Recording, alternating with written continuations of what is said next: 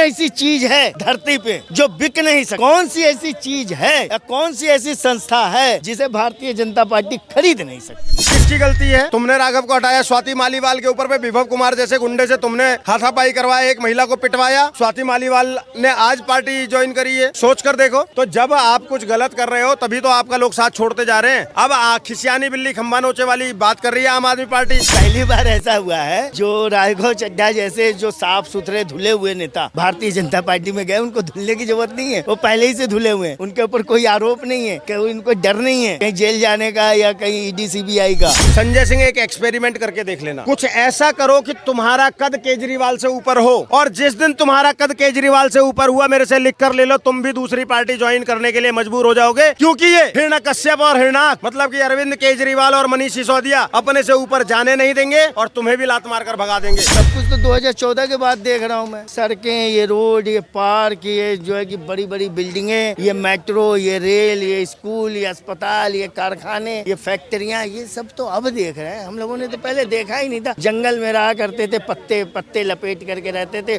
उलू करते थे। हम लोग तो आदिवासी थे। 2014 के बाद तो सभ्य हुए हैं, इंसान बने, तो आज जो है कोट पैंट टाई लगा के चल रहे हैं। ये जो पार्टियां कहती हैं कि बीजेपी क्या वॉशिंग मशीन है क्या, उसमें जाकर धुल जाएंगे, तो मैं इनसे ये पूछना चाहता हूँ कि जब उनकी पार्टी में वही नेता होता है तब वो उसको भ्रष्टाचारी क्यों नहीं मानते हैं? क्या तब वो वॉशिंग मशीन रहते हैं क्या कि उसमें धुले हुए रहते हैं सारे नेता? वो सारे दूध के धुले हुए होते हैं। ये एक दूसरे पे आरोप और प्रत्यारोप है, लेकिन हमाम में सारे नंगे। तो जाकर के बैठ करके तनख्वाह लेने थोड़ी गए, वो तो भारतीय जनता पार्टी में गए काम करने के लिए। वहाँ भी वो काम करेंगे और काम करके मेरा तो दावा है, आप देखना कुछ दिनों बाद देखना, मैं अपने दिल से बोल रहा हूँ कि वो काम ऐसा करेंगे भारतीय जनता पार्टी में जो कि इनका नाम और ज्यादा हो।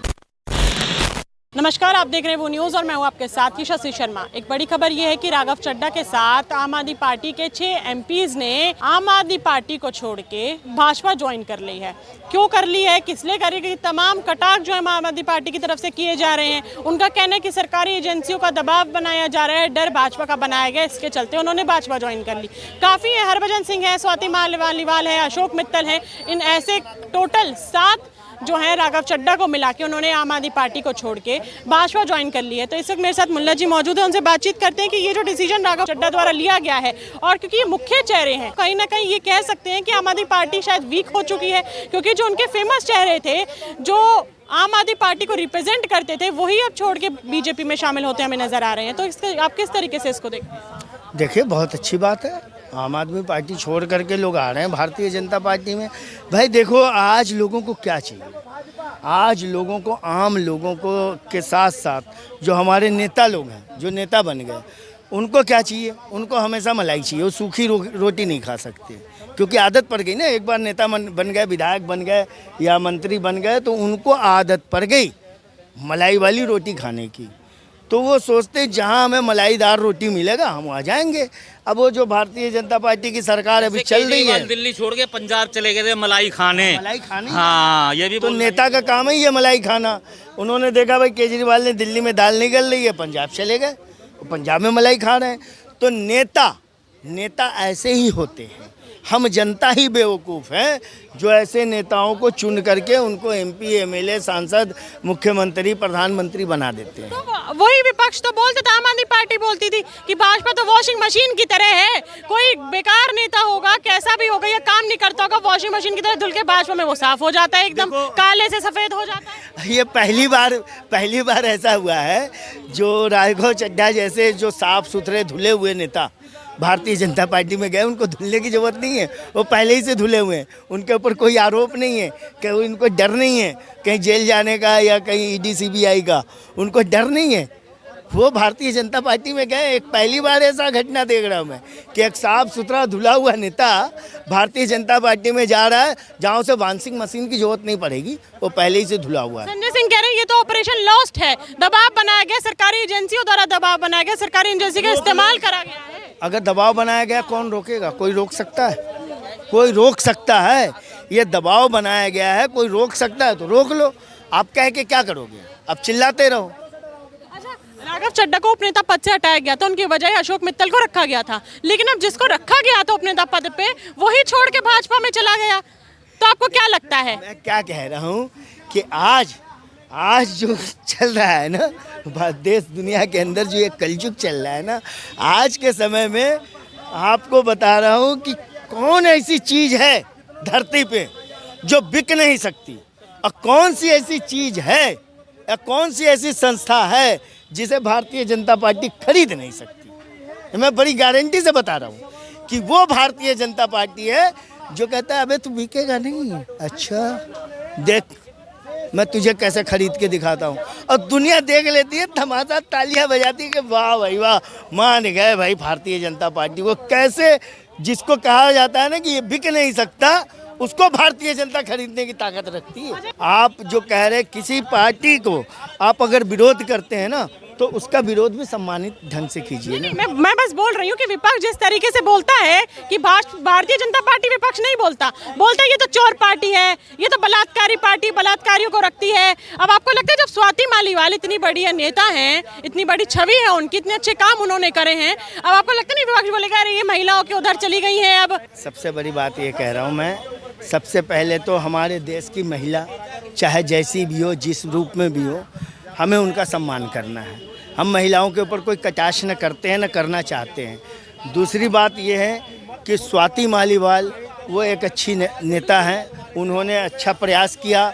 दिल्ली में हम लोगों ने उसके काम देखे, आपने देखा होगा जो महिला वो 181 जो ये चला था महिलाओं के लिए जो अभियान, उसमें भी वो काफ़ी सक्रिय रही और काफ़ी महिलाओं के लिए काम किया। उनके ऊपर तो उंगली उठाना वो तो मूर्खों का काम है। तो कांग्रेस वगैरह कोई भी पार्टियां है ना भाई, अगर भारतीय जनता पार्टी में जो लोग जा रहा है तो आपके पेट में दर्द क्यों हो रहा है, आपके जलन क्यों हो रही है, आप परेशान क्यों हो रहे हो?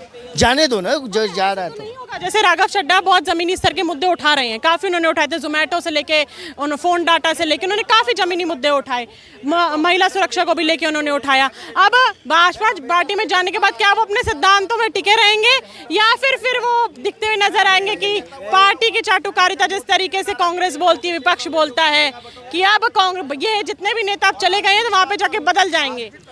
देखिए, जे व्यवहारिक नेता जो होता है, जो समाज और देश और जनता को समझने वाला होता है, हमारे राघव चड्ढा जी वैसे ही नेता है। और भारतीय जनता पार्टी में जा कर के भी वो मुखर रूप से खुल कर के भी अन्याय का विरोध करेंगे, और जहाँ पे गलत हो रहा है उसकी आवाज़ उठाएंगे। वो अपनी आवाज़ थोड़ी बंद कर लेंगे, वहाँ जा कर के वो बैठने थोड़ी गए हैं, वो जाकर के बैठ करके तनख्वाह लेने थोड़ी गए, वो तो भारतीय जनता पार्टी में गए काम करने के लिए, वहाँ भी वो काम करेंगे। और काम करके मेरा तो दावा है, आप देखना कुछ दिनों बाद देखना, मैं अपने दिल से बोल रहा हूँ कि वो काम ऐसा करेंगे भारतीय जनता पार्टी में जो कि इनका नाम और ज़्यादा होगा। आम आदमी पार्टी में क्या कमी थी? उन्होंने तो महिलाओं के लिए बस फ्री कर रखी थी, बिजली फ्री कर रखी थी, पानी फ्री कर रखा था, क्या दिक्कत थी फिर आम आदमी पार्टी में? अच्छी थी। आम आदमी पार्टी में कोई दिक्कत नहीं। देश की जनता जिसको जब चाहे ज़मीन में गिरा दे, जब चाहे उसको ऊपर उठा दे, ये देश की जनता की बात है। अगर आम आदमी में दिक्कत नहीं होती तो उनको सरकार क्यों चली जाती दिल्ली से? जनता ने दिया ना वोट, जनता ने दिया ना, तो सीधा सीधा यहाँ तो जनता का मत है।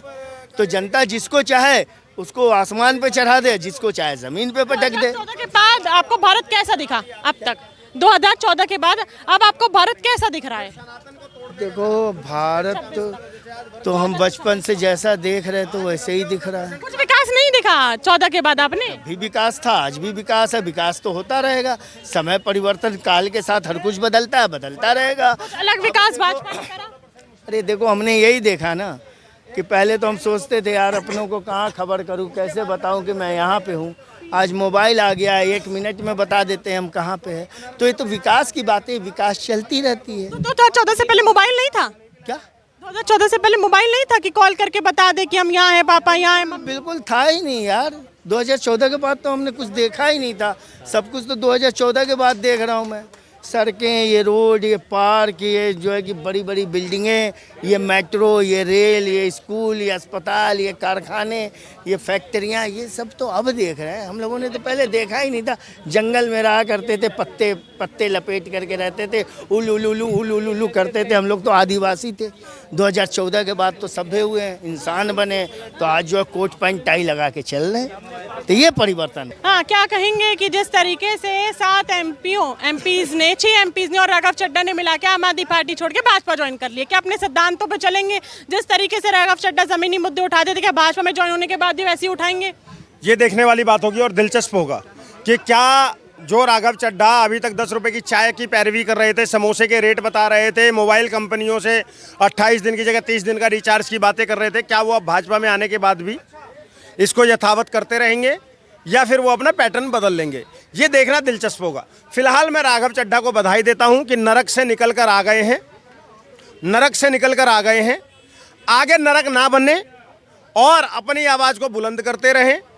निर्णय ऐसे लें जो देश हित में हो, जनता के हित में हो, सनातन के हित में हो, तो समर्थन मिलेगा। और अगर इससे विपरीत गए तो पार्टी मेरे लिए मैटर कभी नहीं करती है।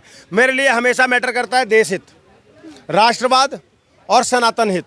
इसके अलावा मेरे लिए और कुछ मैटर नहीं करता है। इन 3 चीज़ों पे जो भी पार्टी काम करेगी उसका समर्थन करेंगे, जो नहीं करेगी तो उसका विकल्प तलाशेंगे। सिंपल सी बात है। तो राघव चड्ढा को और बाकी 6 सांसदों को मेरी तरफ से फिलहाल के लिए बधाई है कि वो नरक से निकल कर आ गए हैं।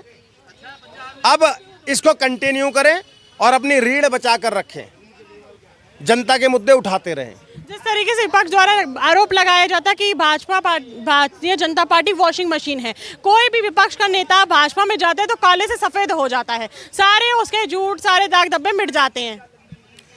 देखो ऐसा है, ये तो राजनीति में एक दूसरे के ऊपर पे आक्षेप लगाए ही जाते हैं और ये भी कोई दूर की बात नहीं है कि राजनीति में समय समय पर लोग दल बदलते रहते हैं। कोई इस पार्टी में जाता है, कोई उस पार्टी में जाता है। बीजेपी में भी कुछ लोग छोड़कर जाते हैं, कांग्रेस के भी बहुत से लोग छोड़कर जाते हैं, आम आदमी पार्टी से छोड़कर आए हैं।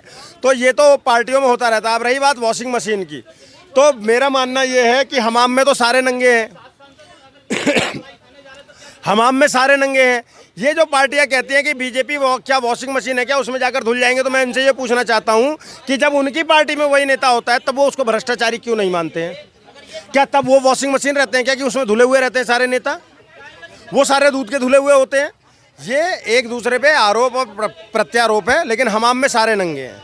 सिंपल सी बात है। अपने लाभ के लिए ये बड़े बड़े नेता आते हैं, कहते हैं मैं तुम्हारा बेटा हूँ, मैं देश का बेटा हूँ, मैं क्षेत्र का बेटा हूँ, मैं फलाने का बेटा हूँ, मैं ढिमाके का बेटा हूँ। ये किसी के बेटे नहीं है, सारे अपने बाप के बेटे हैं और ये किसी का फायदा करने नहीं आते हैं, अपना फायदा करने आते हैं।